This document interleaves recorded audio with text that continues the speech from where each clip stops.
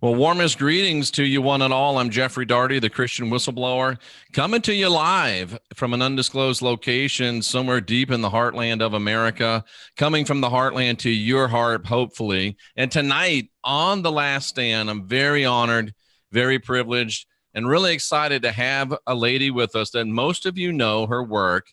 And tonight we're welcoming in Elizabeth April. Elizabeth, nice for you to be here. Nice to see you. Yeah, likewise. Thank you so much for having me on. I love your content, so it's definitely a pleasure to be here.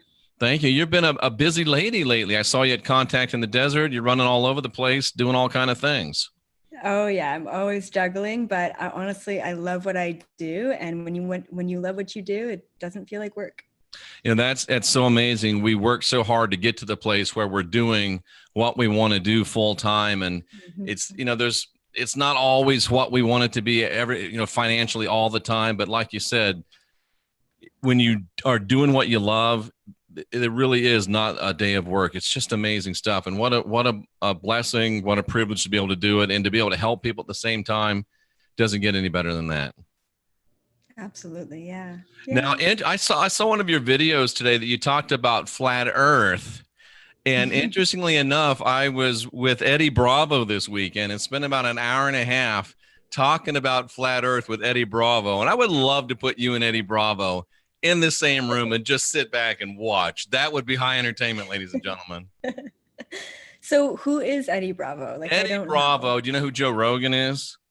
Okay, yes.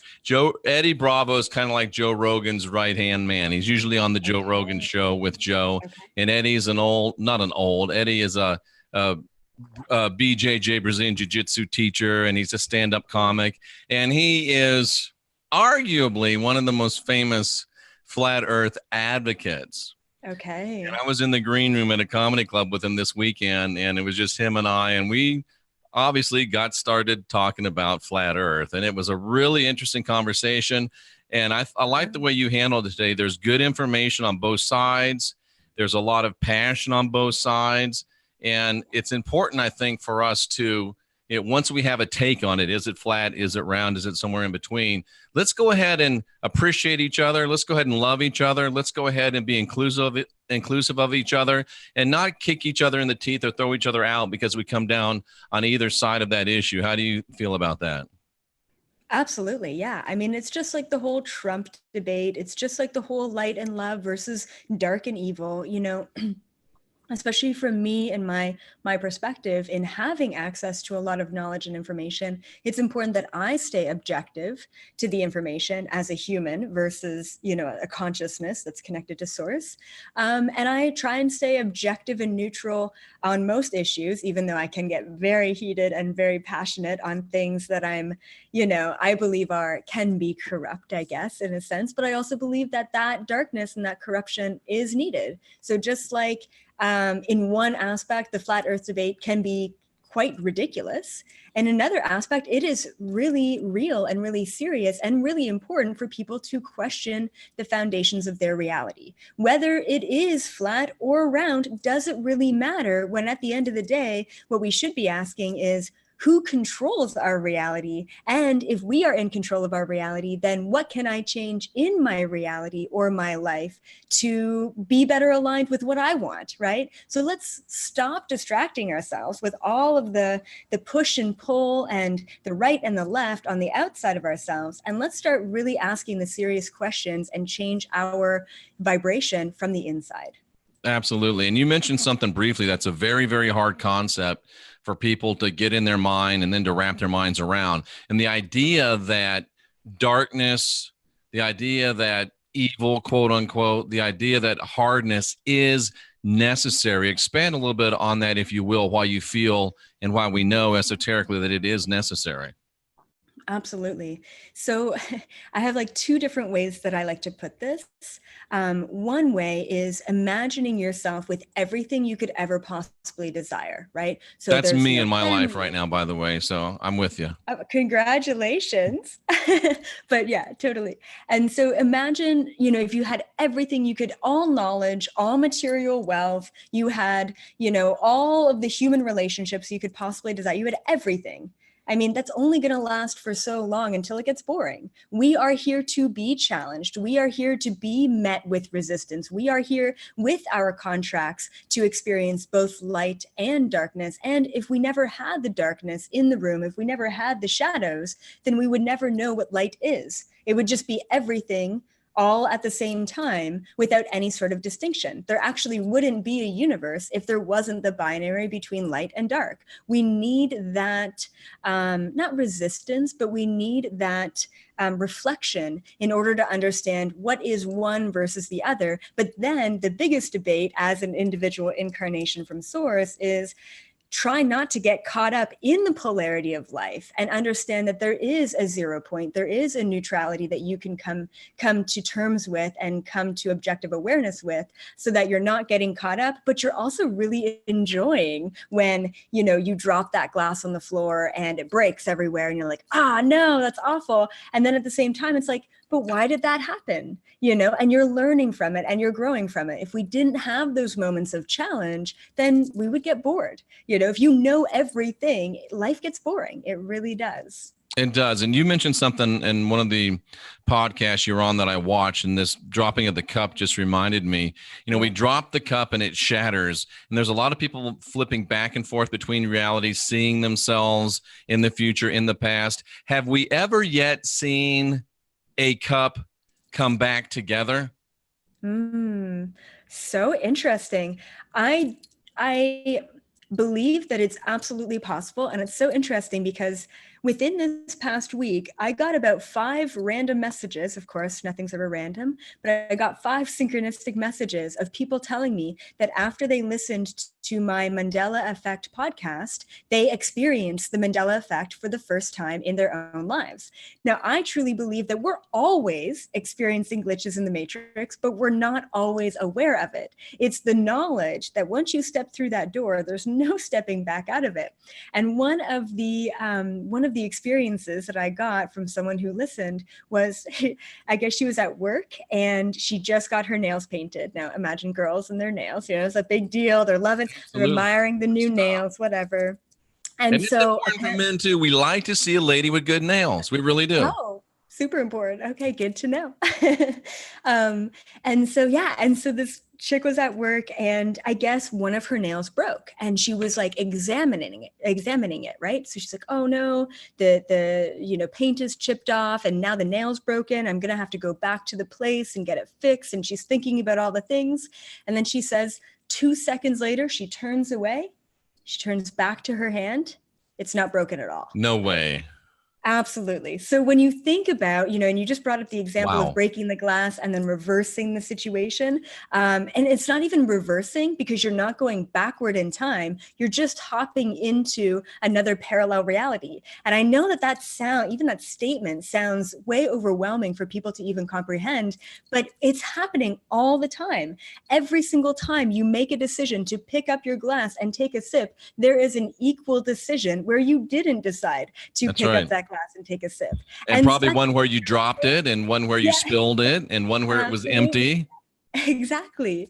And so it's really cool being aware of this. And especially in my position of having that sight, that third eye sight, I'm constantly seeing, there was a moment this past week where I was picking up a really heavy box and, I was going to throw my back out. And it was just because I wanted to prove something that I could do it, that I didn't need help. And in that moment, I bend down to pick it up and I'm like, oh, I'm going to throw my back out. I could go ahead and still pick up this box and try and prove something, or I could just ask someone else to pick it up for me. And of course, I had to do that. And here I am, pain-free, and I think I probably would have thrown it out for like 2 or 3 weeks. So, but see, that's a great lesson. Yeah. Incredible. We can teach ourselves lessons. Sometimes we think we have to learn from the mistakes of others, but we can really learn from our own mistakes that we don't make if we start looking around. Like I was sitting in this green room with Sam Tripoli, who's a great comic. He's got a great podcast called the Tinfoil Hat Podcast. And we're back there talking conspiracy. We're talking paranormal. It's the greatest thing ever. And I mean, this guy's a really good comic. He doesn't have to talk conspiracy. He doesn't have to talk paranormal, but he's doing it because he feels like he's giving back.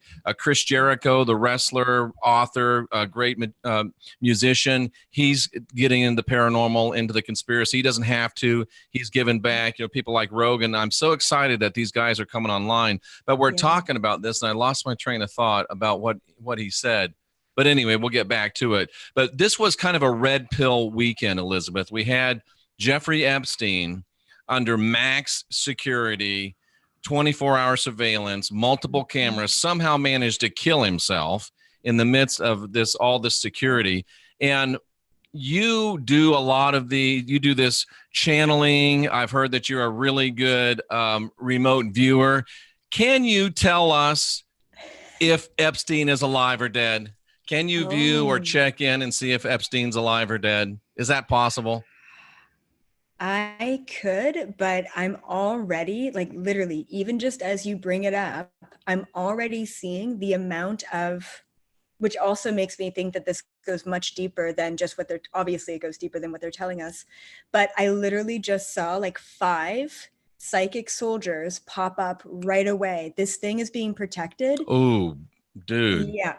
Absolutely. It is. So this that's is serious. A big sign for me. Do not it's way too hot right now, and I don't want to be disclosed. You know what I mean? Like, I don't want them to know that I can do that. So this is not a good time. I got to pick and choose. Let me just say that I know nothing about Hillary Clinton. I don't know what she's done, where she's been. Yeah, I met Bill, but it was just in passing. I know nothing. Just let me put that out there. That's so interesting, Elizabeth, that I got the same thing that you got at the same time. Yeah. And, part of me says, ooh, now it's really good and juicy. Let me get in there. But you're more wise saying, hold on a little bit, huh? Absolutely. Well, but, and it might take a couple months, might be a year after, but I have, tapped into a lot of hairy situations. And I'll tell you one of them, which was, it was probably 3 or 4 years ago now, when Michael Jackson died. A friend of mine, who is a client of mine originally, and she said, hey, can you tap in and see what happened with the Michael Jackson death? And it was really wild. And I'll just kind of give you a little bit of it. But I did confirm through my channeling, and I'm not kind of pushing my belief on anyone. So for everyone listening, especially for the new ones who don't know me, take it or leave it. Okay.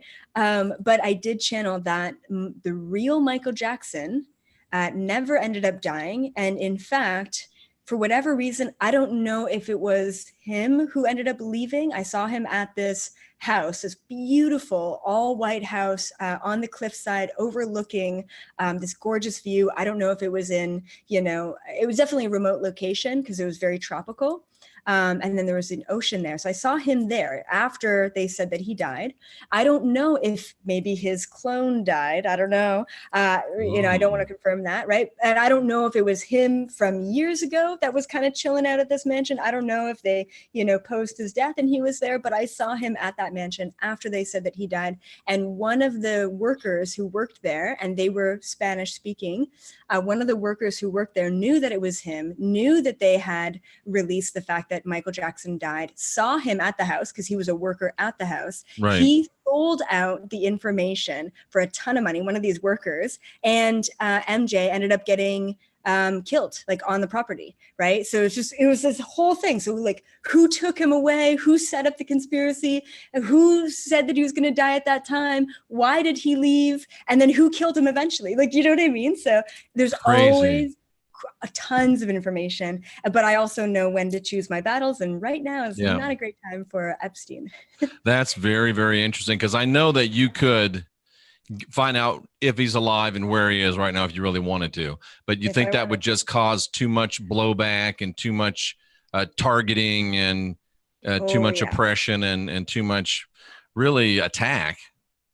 Way too much heat on me, because they are able to follow me back to my body. Interesting. Just for a little bit of a light moment, I had an instance where I was living in Las Vegas, and my buddy, one of his buddies, had a security service, and me and my friend went and sat when Michael Jackson was there in town and kind of just did security, just babysitting really for Michael Jackson, sitting in the front. And we're sitting there, and all of a sudden we hear peekaboo.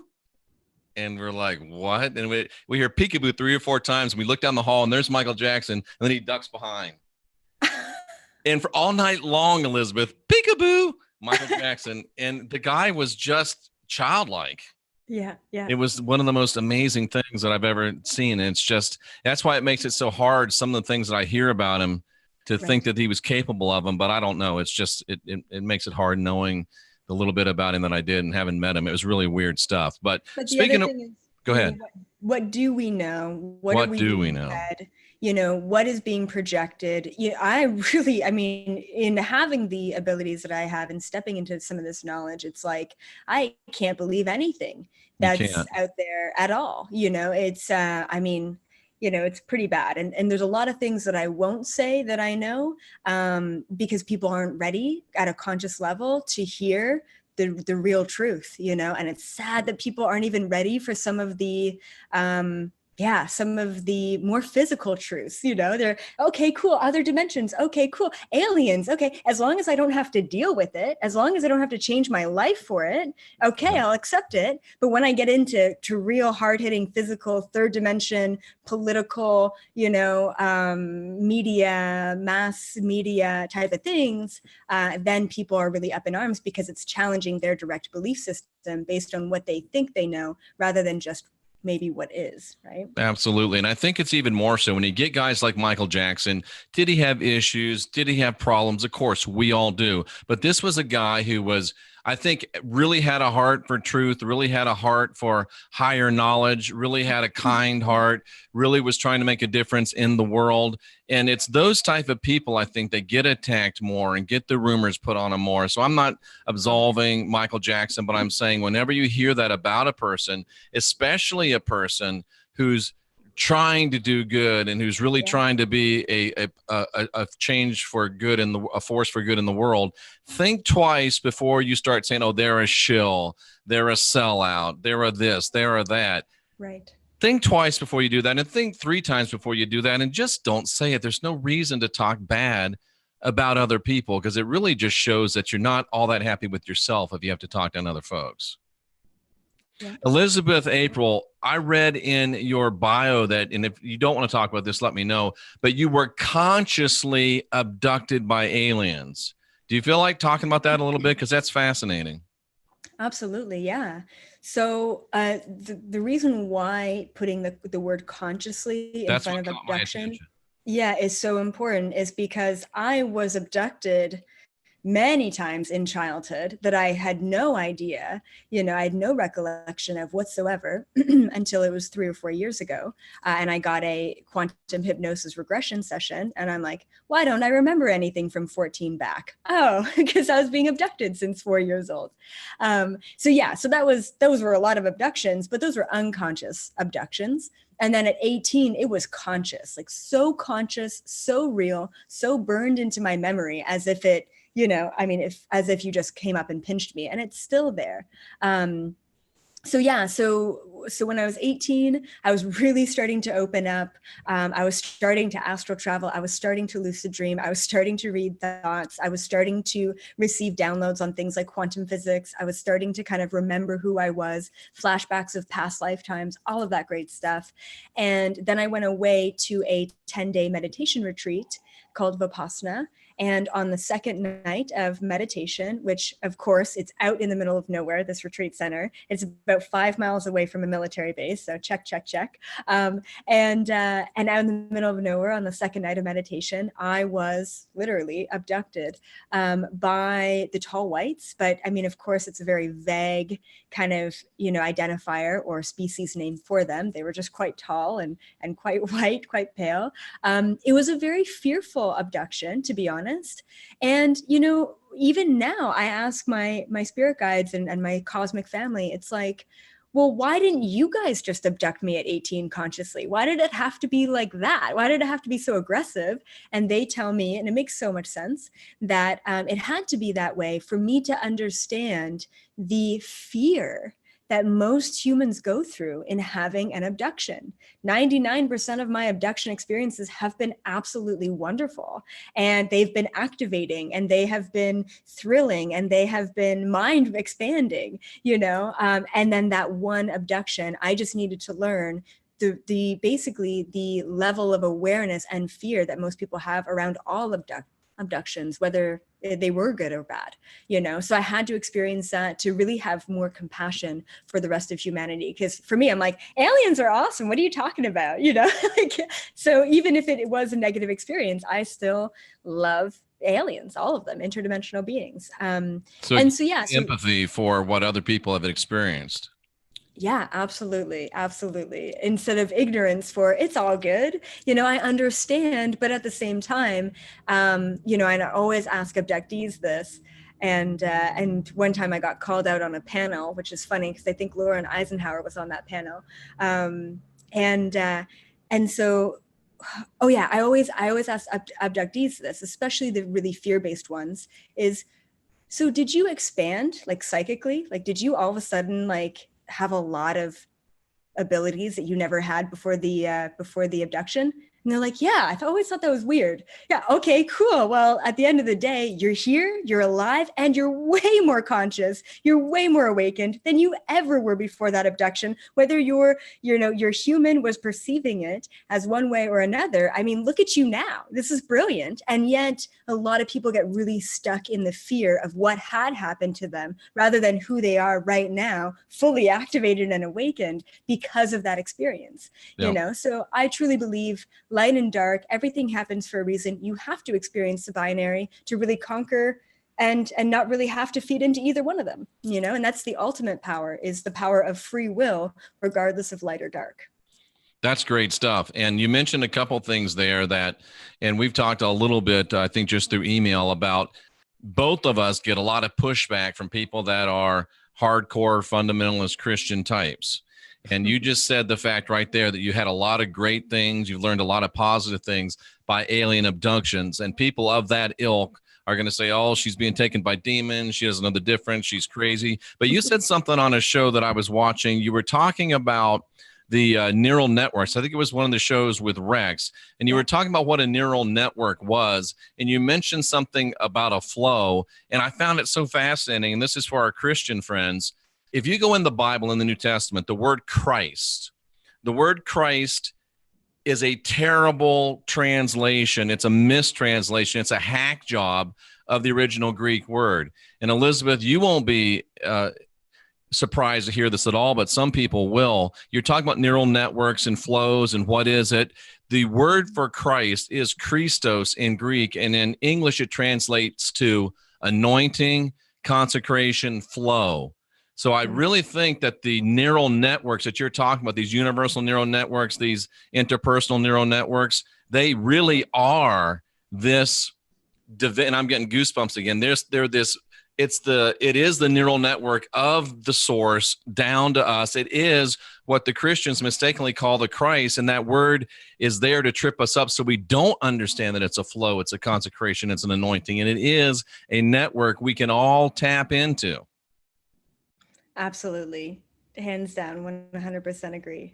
And it's really liberating to find these places where we can join ourselves together instead of segregating ourselves. I mean, you don't have to cut people out of your life because they think that they can have positive experiences through alien abductions. And folks, think about it. What do you think if the story of Mary in the Bible or Enoch in the Bible are real and true and literal? Those people, from their point of view, got abducted. And there were some fairly positive in results through those abductions. So would you counsel people to be open to abduction, though, with that in mind? Or what's your thought on that? Absolutely. I mean, I think, UFOs, aliens have been, reported in history since the dawning of humanity because they've been integrated into, humanity since the dawning of, actually, they created the dawning of humanity. I mean, who are we kidding, right? They helped us, genetically move forward, with our genome from the Neanderthal, right? So that's what I believe. Take it or leave it, right? But I have gone back in history, and it's really cool. I just disclosed some really epic information about the hidden human history of Maya, what happened back then, the Greys that visited the ancient Mayan people. And I got this all from touching an ancient Mayan artifact. And I mean, I did not expect for that information to come through, but I also have that ability where you can touch objects and receive downloads and messages. Now, of course, if I touch this coffee cup, I'm going to get sent to a freaking workshop in China, right? But if I touch a crystal, I mean, I'm getting like downloads about the planet, or downloads about who mined it, or downloads about who put their energy into it, which is really interesting. So yeah, so I truly believe that Jesus was an ascended master. He was an interdimensional being who decided to come to this planet, posed as a human being, with much more active DNA to teach all of us that we can also activate our DNA, and I think it's ridiculous to say that there was a man named Jesus that never exists. And I think it was ridiculous to say that the man whose name Jesus is God, the one and only creator of everything. I think both of those statements are ridiculous. I think we can find a realistic middle ground. What are your thoughts on Jesus? I know you're very studied in this topic, and all I know is what I've channeled. Yeah, that's a great question. And it's interesting. I was just going to mention Rocky Stucci. He just showed up in the chat room. Rocky's my partner on Sunday nights. We have a nationally syndicated radio show called Shut Up and Listen. And Rocky was talking a few weeks ago about, he was looking at pictures of, like, I think it was a Grecian arena, an old Greek theater. And he actually said that he saw the picture, and it's like you touching an object. And he began to sense the people sitting there, the families, watching the dramas, and the lovers, and some of the great emotions that had been there. He's like, how's that possible, Jeff? And I said, well, bro, you got to remember, those rocks, they have all of that resonance. They have all of that frequency from all of those emotions and those thoughts. They're all still there, resonant in that rock. In your cup is the frequency of everything that's happened in the vicinity of that cup. In that Mayan stone, there is the frequency of the people and the things that it's seen and things it's been around. And it might even be intelligent, Elizabeth, those stones and artifacts. Yeah. And I begin to ask myself, and this is one of the things Sam and I were talking about in the green room, we talk about seeing reptilians and seeing grays and seeing this. I'm convinced that if we would go out in our day-to-day life and start looking for other beings and start looking for other entities, we would begin to see them, because just thinking about it and putting yourself in that place allows you to be more open to it. What's your thoughts on that? 100%. So with that, whatever you ask for, it's a great power because you're putting your intention behind it. So I just want to say, be careful what you ask for, because years ago, after I got consciously abducted, tying it all back together, I was obsessed with conspiracy, and I found David Icke, and I started to all of a sudden realize what was going on and to get these huge downloads. So I said, I want to see a reptilian in person. And I was in a town. It was like, a fairly moderate size, but it was still kind of a nothing town in Canada. And I said, I want to see a reptilian, I want to do it. And here I was, a student in university. And in 1 week, I saw two of them on a public bus right across from me, just causing mayhem, just absolute, so we have, and I know I'm kind of getting off topic, but no, this is great stuff. So we have like kind of two types of shapeshifters. I'm not going to say reptilian, I'm going to say shapeshifters, but we have two types of them. One are, of course, the higher echelon, the elites, and those are actually the elite bloodlines of the Draco species on this planet who are allowed to become humans, right? So we've got a lot of reptilians underground on the planet right now, and I've kind of been there to their weird, creepy underground kind of places. So there's a lot of them there, but they're just kind of the bottom dwellers. Then we've got the royal bloodlines who are on this planet. They are the only ones allowed to be in those high, powerful positions, planted in humanity. And then we have very low level, but still kind of high level, because they're allowed to be on the surface of the planet. Reptilians or Dracos, who are just there to just absolutely cause and wreak havoc sort of thing. They're the homeless ones who are talking to themselves, who are yelling at you and throwing things, and and those kind of things, right? And so I encountered two of them. Nowadays, I ask for encounters with interdimensional beings who are in human form, and I do see them. Just 2 weeks ago, I was getting my hair done, and there was a hairdresser who was in the salon. And I take one look at her and I tell my friend who's doing my hair, and I said, she's an alien. And he's like, oh, she calls herself an alien all the time. And I'm like, yeah, you kind of know when you see one, when you're in that kind of vibration. Sure. And and they come from all different kinds of species. And, it doesn't mean that they're going to all of a sudden shapeshift into that thing, but their vibration is different enough. And some of them are in a lot of anguish because they don't know who they are. And I find that a lot of the, Gen X, Gen Z, post-millennial generations, tons of interdimensional beings being incarnated on the planet at this time, and that's why they're like, I don't know who I am, I don't know why I'm here, I don't know what my purpose is, none of this stuff is satisfying or fulfilling. And just like the millennial generation, they're chilling at home until they're 30 because they don't know why they're here. They haven't found their mission, their purpose. They haven't woken up to that. And it's really interesting. I discovered this phenomenon years ago when I was around 18, 19. I'm an artist, every once in a while I still paint, but not as much. So back in the day, I was taking and studying global political economy in university, and I was all about corruption, so I was painting McDonaldization of society. I was painting Uncle Sam with a gas mask. I was painting, the Twin Towers and the American flag and all this crazy stuff, right? And so what I found is when I did art galleries and art shows, I would always bring these 60, 70 plus, men. Oh, I remember the 60s. I remember tripping on acid, seeing that stuff. I'm like, okay, cool. Because I do a lot of psychedelic surreal. Like I literally paint what I try and, what I see with my third eye. And I try and paint that anyway. And so then I woke up after my abduction, and all of a sudden I started painting aliens, just all of these aliens and self-portraits of myself in other dimensions and, all this stuff. So my painting changed from government corruption, question everything, dark, black, red, white, kind of colors, to this explosion of as many bright colors as I possibly could in all these aliens.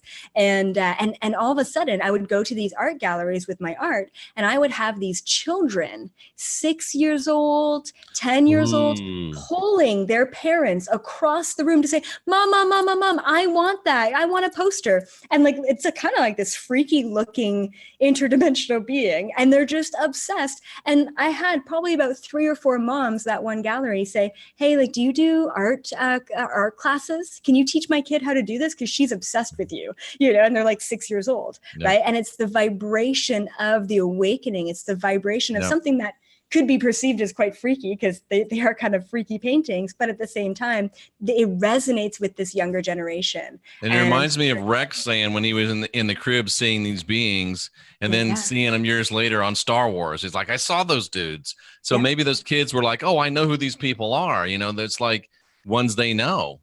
Yeah. Amazing stuff. Are there any, in your experience, benevolent reptilians or shapeshifters, of those ones you normally see, malevolent ones?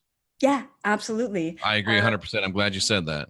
Oh, absolutely. And that's important. So I always say that regardless of your species, there's always good and bad. And I remember, a couple of weeks ago, I had 2 clients in one day, and both clients had this epic Anunnaki lifetime, right? I mean, this really cool stuff. And here I am objectively observing all of these different lifetimes in all these different species. And so one of my clients is like, Elizabeth, I'm so freaked out. You told me I'm an Anunnaki. I always heard that they were really evil. And then my other client is like, oh my goodness, Anunnakis are so cool and badass, and they're so powerful, right? So I'm getting these 2 different, and I'm like, hey, it is what it is. I believe that just like human beings, there is good and bad in every species. And I'll say that there was a reptilian woman that I was working with maybe 2 years ago, and her name was something along the lines of Shoshana, and there's a shh. There's always this shh in the reptilian names. Yeah, like Shoshana. And anyway, she was wonderful. And she actually helped me break up and point out all of the major reptilian bases on the planet. And we would just go in there and, explode that place up, which was incredible. And then, of course, you would get really backlash and tons of targeting and lots of, whole lower vibrational energies. But yeah, so that reptilian being, helped me destroy some of the bases with my little team who goes in there as well and breaks up that energy. So yeah, absolutely. There's good and bad in every species. Let me ask you a question. I was a Pentecostal preacher for 20 years. I did a lot of exorcisms, cast out a lot of demons. Yeah. And where I'm at now, I understand it to be energetically based. And you were talking about flooding something, or I forget the word you said, but you were flooding them with positive white light, right? I look at it as flooding it with balanced energy. We're really talking about the same thing, aren't we? Yes, we are. And so what I tend to find is compassion is the key. So if you have compassion over that being, it could be perceived as pity, but it's not, it's compassion. And it's like, I am so sorry that you are in so much pain, that you are in that place. Like, come here. And so my favorite thing to do with entities and parasites, because they do exist. We can't just deny that the darkness exists, right? So they do exist, and I do remove them from a variety of clients and things. It's not my favorite thing to do, but I do it. And so what I love to do is just say, come here, like, let me give you a hug. And they're like, no. And I'm like, come here. Like, I just love you. Like, come here, And so I learned this lesson. That is some advanced level shit right there, Elizabeth.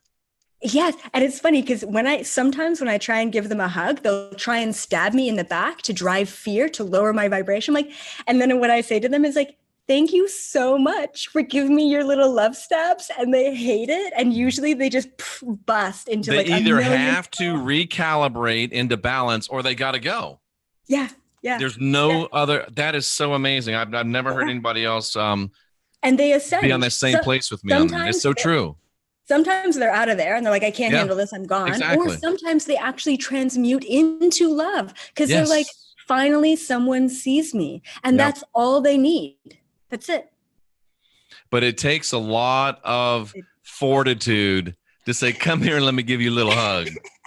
Does it ever? Okay, so I just want to briefly mention the moment where I made the switch for no longer fearing the dark, because I've been psychically attacked my entire life because I am meant to give such a strong message to the world. You know what I mean? Yep. So I've always been a natural, kind of target. So it was about 2 years ago, and I had this dream, super, super lucid, visceral dream of just in a dark space of me getting chased down by these huge, like 10-foot tall, dark shadow beings with the most amount of fear you could ever possibly imagine. And this whole dream, it feels like I'm running away from them for years, for a lifetime.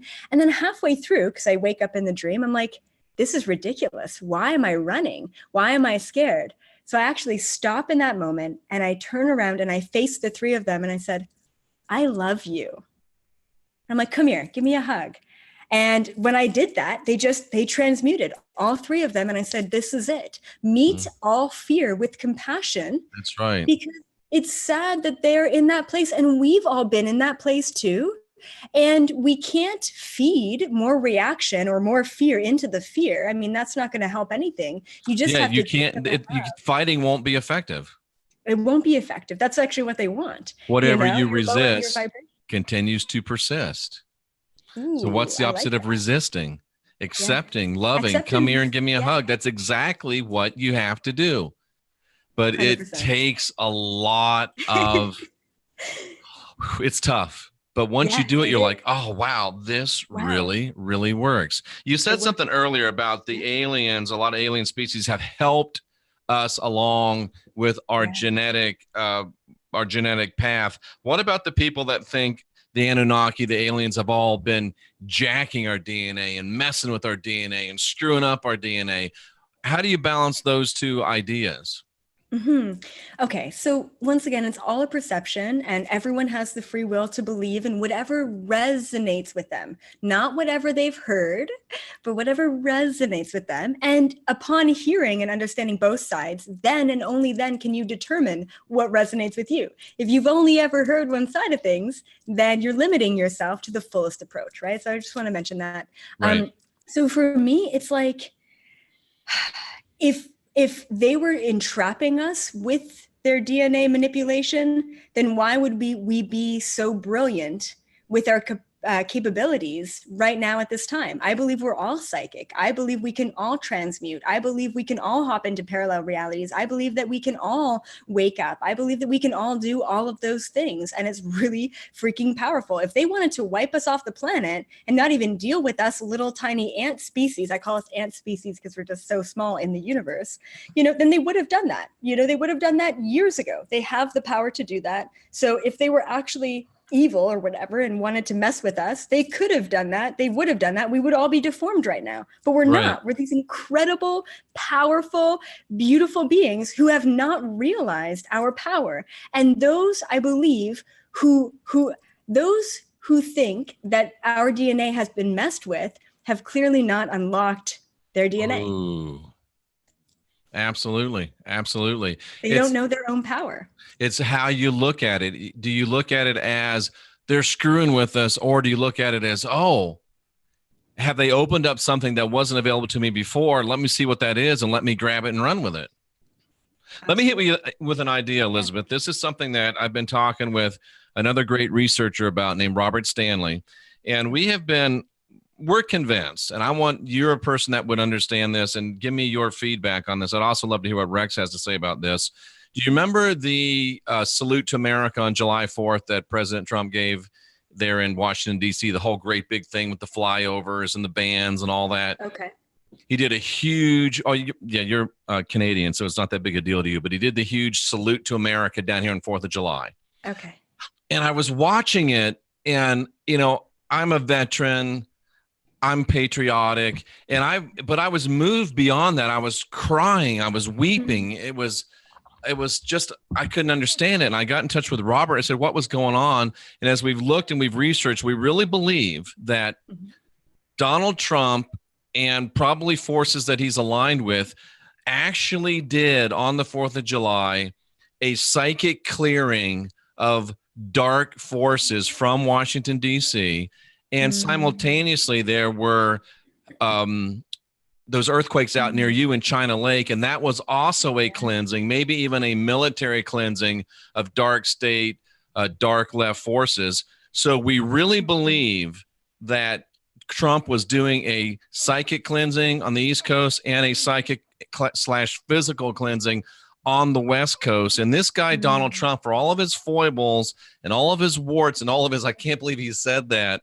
is actually making himself available to forces for good. And I think this might be, these next 5 years, Elizabeth, the best 5 years in centuries if we manifest it and take advantage of it. What do you think about that idea of Trump doing that? How does it strike you? That makes a lot of sense. So I think it was the last video that Rex and I did together. I channeled and looked into and astral traveled over to the origin of the earthquakes. And I actually saw an underground. Yeah. And I saw an underground base there, and it's cool because he could, like, Rex and I always go back and forth. He's got the proof and I've got, all of the gaps to fill. Right. Yeah. And I want to talk about that too when we get down. Keep going. Yeah. So he saw basically all of these different fans and things that were by this, whatever airport or whatever. Yep, it was a base, actually a military base. Yeah. And so I went into the military base to see what was going on. And I basically channeled that there was energy weapons testing that was going on. Now, this energy weapons testing was originally supposed to, this is so cool, you're going to love this. It was originally supposed to go on in one of the bigger bases, because that's quite a small base out there. And so it could have been Area 51. It could have been, all the other, I don't know, the other bases, right? It should have gone on in those bases, but because of Trump and that kind of group, they did not allow them to do this military weapons testing because the weapons were actually of interdimensional origin. They were alien weapon testing. And so Trump shut down the entire program, and they kicked all of these military guys who were corrupt. They kicked them out of the main bases. So where do these guys go? They go into, absolute nowhere, California, to this little tiny base that no one would look at to do all of these testing. And they decided that July 4th was the time that they were going to do the testing because everyone's distracted doing all of the other things so that no one would look there. And it turns out that they kind of imploded whatever technology that they were working with. And they kind of, they shifted, this is what I saw, they shifted the tectonic plates. So even though it was almost a natural occurrence, it was at the same time incurred by a man-made or really alien technology-made thing. And I think it was because of the resistance of shutting down the program and the fight back of the program. And I'm not surprised that there was an energy clearing that day because of the polarity between the light and the dark, right? Anytime there's a massive light clearing, there's always got to be some darkness that needs to creep in there for the divine balance and the polarity and the binary on this planet. So hopefully that kind of fills in some gaps for you. Oh, that's so amazing. It is the technical confirmation of this spiritual thought that we've had. And the funny part is, and this was Robert Stanley's thought, not mine, so give him full credit. At this Salute to America, you had the Air Force fly over, you had the Army fly over, you had the Marines fly over, you had the Coast Guard fly over. And then Donald Trump talks about, and we're bringing out the great Space Force. And Elizabeth, do the math, check it out. Those earthquakes happened at the time where Trump was saying the Space Force. So Robert Stanley holds that it was the Space Force's flyover is what happened out there at China Lake. And it was a takeover. It was a thing, like you said, an actual military event. And it was the first maybe public action of the Space Force, ladies and gentlemen. Wow. How about that? Wow. Yeah. It's all interrelated. It's all connected. It's quite wild, and when I went down there, it was actually kind of creepy because I've been to a lot of military bases before, astral traveling, and it was all cleared out. Like there wasn't a soul inside. I'm like, oh, this is kind of weird because I'm used to some sort of activity, but it was also a very small underground base here in California. And then of course, after it became very unstable, right? Super wild, super wild. Powerful stuff. It's so interesting how you're coming from a completely different place that I'm coming from, and Rex is coming from a place that only Rex comes from. And somehow we're all meeting in the middle with information exchange and helping the planet through this information exchange. It's amazing. Here's another idea that's been kicking around in my mind, and it doesn't line up with anything. And if it's true, it messes up everything. But if I were to ask you, Elizabeth April, and your website is elizabethapril.com, right? Yes. Correct. elizabethapril.com. Let me just show it real quickly so I don't forget. I wanted to show this to everybody. This is elizabethapril.com, ladies and gentlemen, and quite a great website. You can read about her story, look at her schedule, look at her merchandise, look at her podcast, and under more, there's a whole bunch of other things you can take a look at here, her blog, her media, her Facebook group, her contact. And Elizabeth, I got to tell you, you've motivated me on my website.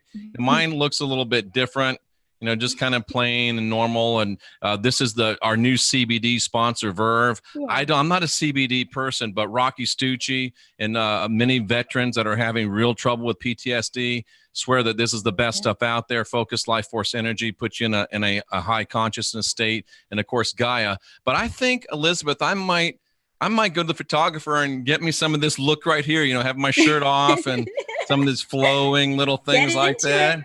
Get into it, Jeffrey. Yeah, just kind of get my art kind of be a little more artistic instead of just straightforward. Yeah, you should. I think that'd be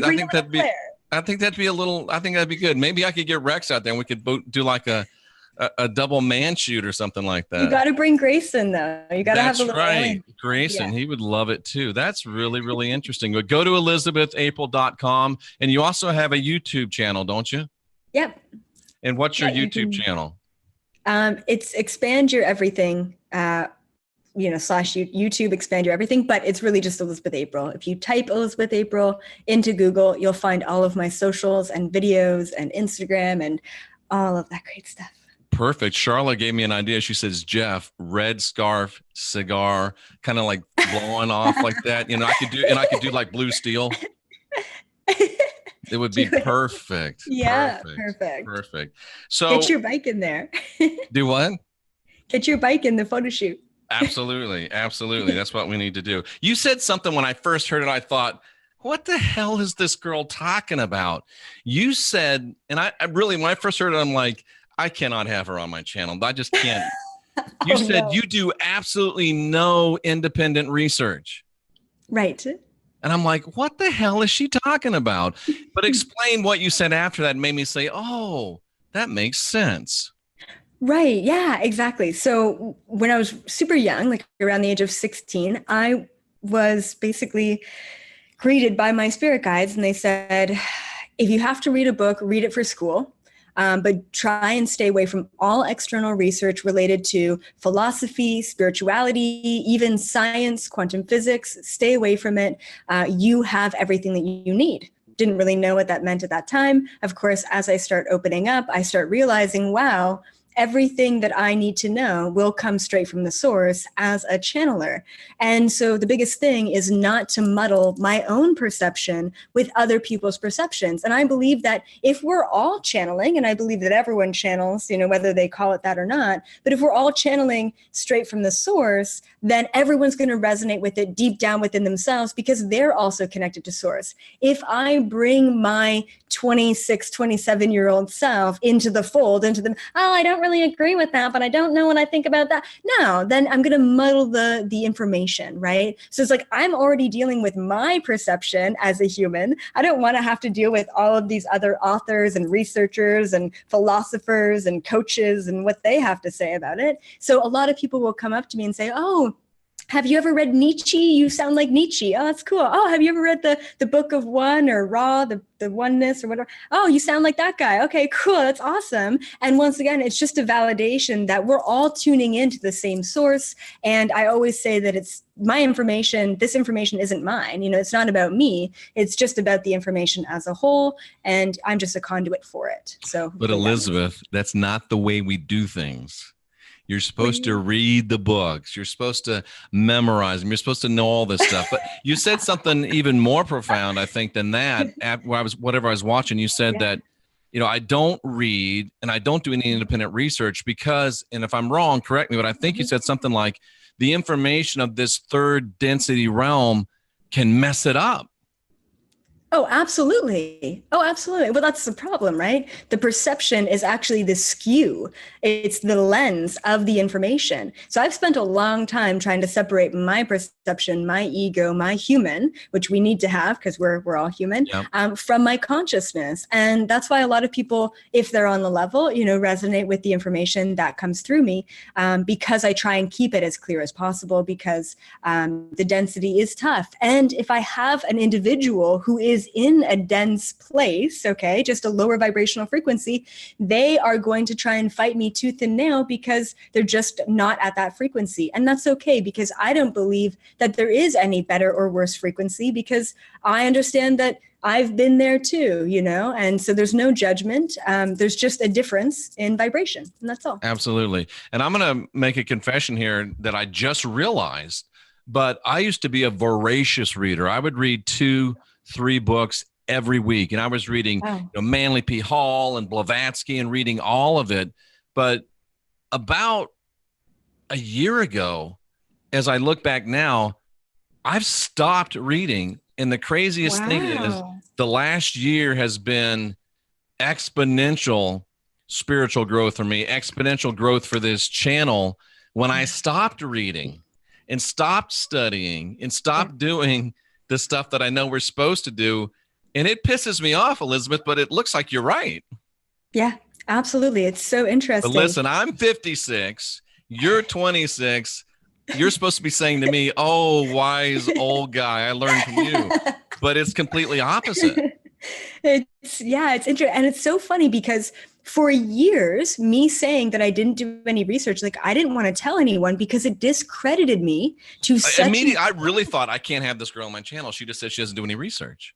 I know. And up until probably in this past year, now all of a sudden it's crediting me of, wow, this girl knows what she's talking about, and she's not regurgitating a bunch of information that she read from books, because I Yep. just don't read, you know?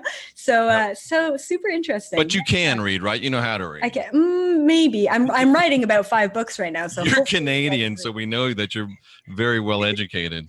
yeah. If you were the American, I'd be, maybe not so sure. It. But here's the thing, Elizabeth. This is the reason why Christians give you a bunch of shit. This is the reasons why Christians give me a bunch of shit, is because Christians have been robbed. They've been stolen from, and they're in a fear and guilt control matrix, which has them say, this book right here contains everything there is to know. And there's nothing that you need to know outside this book. And there's nothing in this book that you shouldn't know. And if you memorize this book, you're going to avoid that place of burning and everything's going to be fine. But you can't think outside this book. You have to be an automaton. You have to join the Borg. You have to sign in. You have to plug in your brain, and you have to think what we say, think what we believe, because you're filled with original sin, and you need salvation. And we got the only Savior in town. And that's where they're comfortable. That's where they really, because they're good people. They're people that want to serve God. They believe it's right. And then we come along, people like you, people like me, that say, whoa, whoa, whoa, whoa. There is no original sin. You got the spark of divinity in you. You're divine, you're sovereign, you're free. And it clicks in their mind, and it starts to set them free. And they're like, no, no, no, no, no. You're the devil. You're going against what I know. It can't be right. It's horrible. I'm comfortable in my cage. Yeah. And we, Robin Redbreast in a cage sets all of heaven in a rage. That's where we're coming from. And they're like, but I've been in this cage all my life, and it's comfortable here, and I like it. Don't open the door. I don't want to leave. And it's not so much of a hatred of us. It's Stockholm syndrome. They're scared to death. Yeah. They're scared to death. And we're opening the cage of the door, and we walk away. We're not going to pull them out of it, but now they've got to look at that open door, and they know that they can leave whenever they want. And it's tugging on them and pulling on them, but they're like, this isn't the way we do it. That's why they hate you. That's why they hate me. Yeah. Absolutely. Well, it's kind of funny because when you first invited me to your channel, I saw, the Christian Whistleblower, and I'm like, oh my goodness, has the time finally come where I'm going to get confronted full on with a Christian, and so I'm so glad that you're extremely open about that. But yeah, just the other day I had a live video, and, me and this very strong Christian were going back and forth. I'm like, and I was a little bit edgy that day, and I'm like, you want to have a conversation?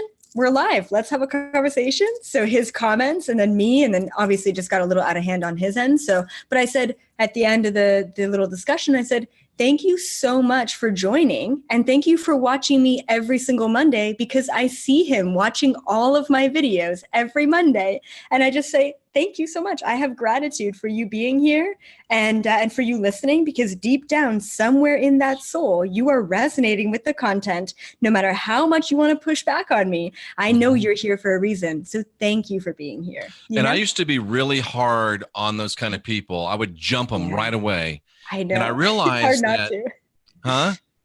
hard not to. It is. And I realized that 20 years ago, when I came out of that, I'd have been saying the same things as they were saying. Yep. It's like the ship has gone down. We're in a life raft, and they're annoying the shit out of you, and you want to toss them overboard. But if you toss them overboard, they're going to drown. So you got to let them stay in the life raft. Yeah. And sooner or later, they'll get it and they'll understand it. But you're talking about things that are very much the message of the anointing, the message of the consecration, the message of the flow, the true message of whatever this guy was that came, this idea of a neural connection. That's the comforter, ladies and gentlemen. That's Jesus said, the comforter will come upon you, will teach you all things, will remind you of all things. You don't have to worry. You don't have to study. It'll come to you when you need it. This is the same thing that Elizabeth April is saying, and it really is what is in the Bible for you. You talk about we can all channel, we can all remove entities, we can all go to other places. And this guy that they call Jesus said that greater things, you'll do the things that I've done, and greater things will you do.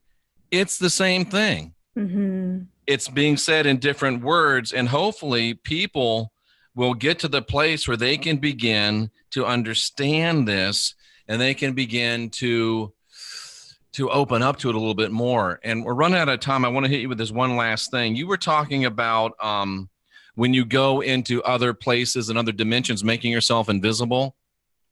Yeah. Most people don't get that, Elizabeth. I hear a lot of people saying, I'm being attacked. I'm being attacked. I want to shield. I want to put up a shield.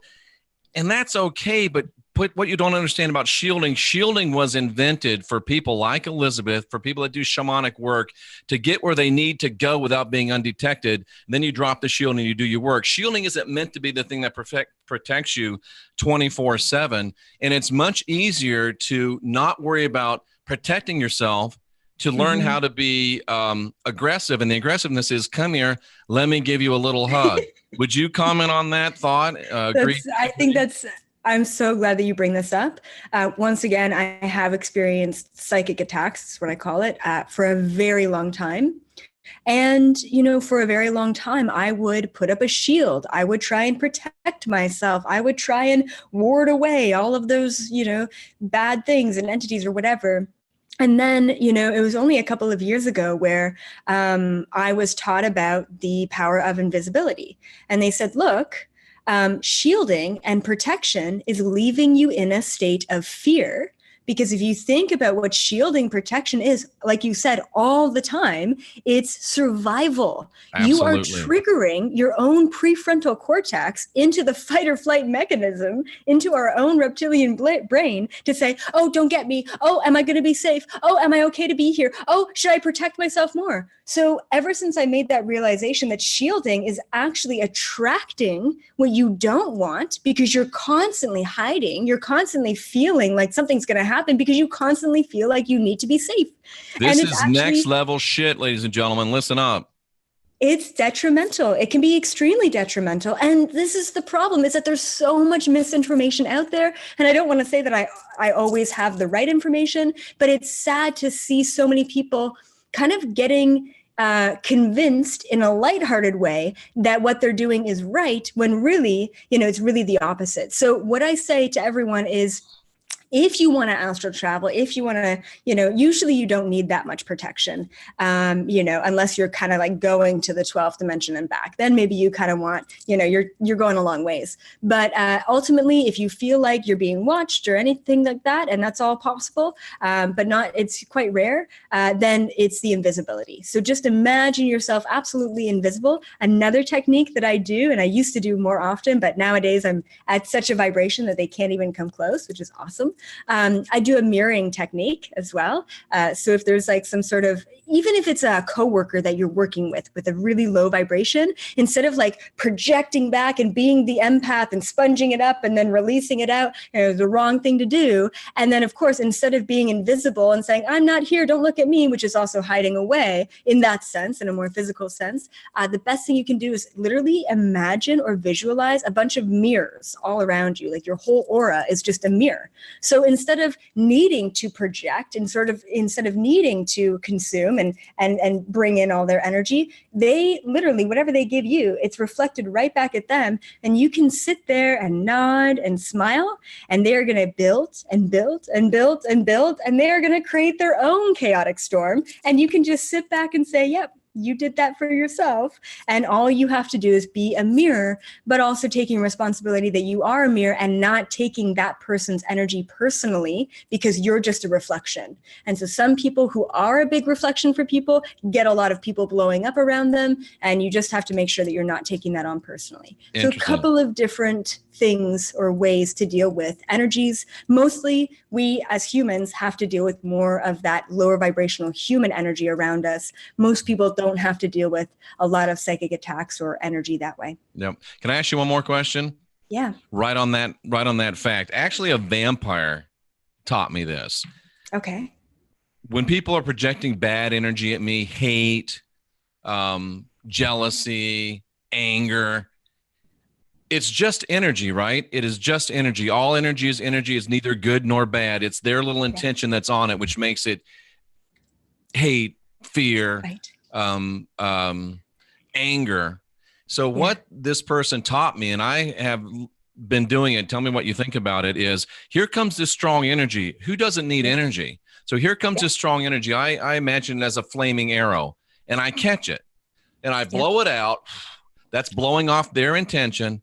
And I put it in my quiver, and now it's my energy, and I am stronger and I'm more powerful. So I always say to people, I prefer you love me, but if you can't love me, please hate me, because I can transmute that and I can use that.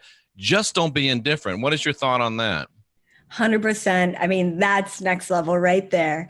And I've actually just this past year, just probably in the past couple of months, also received the same energy or the same download and the same message. And I received it in kind of an opposite way. So a lot of my really beautiful, high vibrational clients have been really triggered, really angry, really frustrated. Like a lot of their shadow stuff is coming up. And they're like, Elizabeth, I don't want to be angry. I don't want to feel this way. And I tell them the same thing. I said, think about the intensity of the vibration of that anger. And like, just think about it all the way up here, right? It's just up here. Now think about taking that and transmuting it into the light and actually just asking for what you want in that energy. That energy, when you build it up that way, is so powerful. Utilize that to actually recreate and create whatever it is that you want. And so it's the same thing. And so you can do that internally just with your own reaction of twisting that around and transmuting it. And I've never thought about it this way, but also taking that from others and transmuting it and saying, once again, the whole thank you so much. Just like that entity trying to stab my back. Let me give you a hug. Thank you so much for your little like love steps. You know, it's amazing awesome to watch them drain. Their energy's gone. Yeah. They're just like, they can't fight you anymore. And here you are, even more powerful. You made a statement, and we'll close with this, about an acceleration of agendas. I think you're 100% right. We are here in this age. There's an acceleration of the dark agenda. There's an acceleration of the light agenda. And I think we win. How about you? I think we've already won. Boom. Love it. And I'll just say that, you know, back in 2010, 2011, you know, it was a little bit shaky. Like, what's going to go on? Like, you know, there's a lot of dark forces out there. And then with the collapse of the reality in 2012, hopping into, you know, the split paradigm, super interesting. We're really starting to wake up. And I truly believe that we would have already imploded ourselves, because I believe that that would have happened probably back in 2016, 2017. I really saw that apocalyptic kind of, you know, situation pan out. And now I'm not getting any messages or any split or parallel realities on the apocalypse that I was getting for 10 years. And now all I'm seeing is this really incredible transformation that the entire planet's going to do. Now, of course, we all know at an interpersonal level, transition and change is never easy. And it means that there's going to be a ton of upheaval, and we're going to see that. But the number one thing, and this is a great point to leave off with, which is people need to be aware that when things get worse, they're actually getting better. So do not feed into the fear of the collapse of the reality and the society, even the geopolitical, you know, structure of things. Don't be scared when it starts to all fall down and collapse, as it has been, and actually be really excited. This is a time for excitement. This is not a time for fear. Change is happening. The new paradigm is already set in motion, and we're already in the fifth dimension. We just have to believe it. Absolutely. ElizabethApril.com, Elizabeth April on YouTube. What else would you like to share with this great chat room before we go? I'm sorry, but we are going to go and grow. How about that? There you go. I guess the last thing is, and this is an important note that I've also kind of channeled and downloaded recently. So, you know, whether you call it the fifth dimension, the awakening, a new higher vibrational frequency, or what have you, it just means that we have the conscious awareness to choose between light or darkness. Okay. It doesn't mean that the fifth dimension is all light and love and rainbows and butterflies. And that's fantastic. But once again, it's not just light. The fifth dimension, this new paradigm, isn't just light. We're living in a binary reality. We're always going to stub our toe, even in a higher vibration. It's how you perceive that moment in existence. Are you going to perceive it in light, or are you going to perceive it in fear? So the fifth dimension, this new paradigm, what we're all stepping into, isn't just all light. It's light light and dark. And it's just our conscious awareness to choose which path we want in that moment. And that's why we're seeing the paradigms converging at this time. And the polarity shifting at this time is also so apparent. You have the choice, you have the free will, and you have the ultimate power to choose any reality and any life you want to live. Absolutely. Elizabeth, I hope that you'll come back and talk more with us. I would love to come back. We could talk for hours. I would love to come back. Great. Please stay there and let me say goodbye to you personally. To the rest of you in the chat room, I salute you for being here seeking after truth. You are the best part of this show. And we got a big crowd here. I just want to remind you that this Thursday night in Hastings, Minnesota, we'll have the first Whistleblower Conspiracy and Comedy Extravaganza. Rocky Stucci, Scotty Roberts, myself coming out to the Depot Bar and Grill on 2nd Street in Hastings, Minnesota. There's not much room left. So if you're going to be there, call and let them know you're coming, RSVP.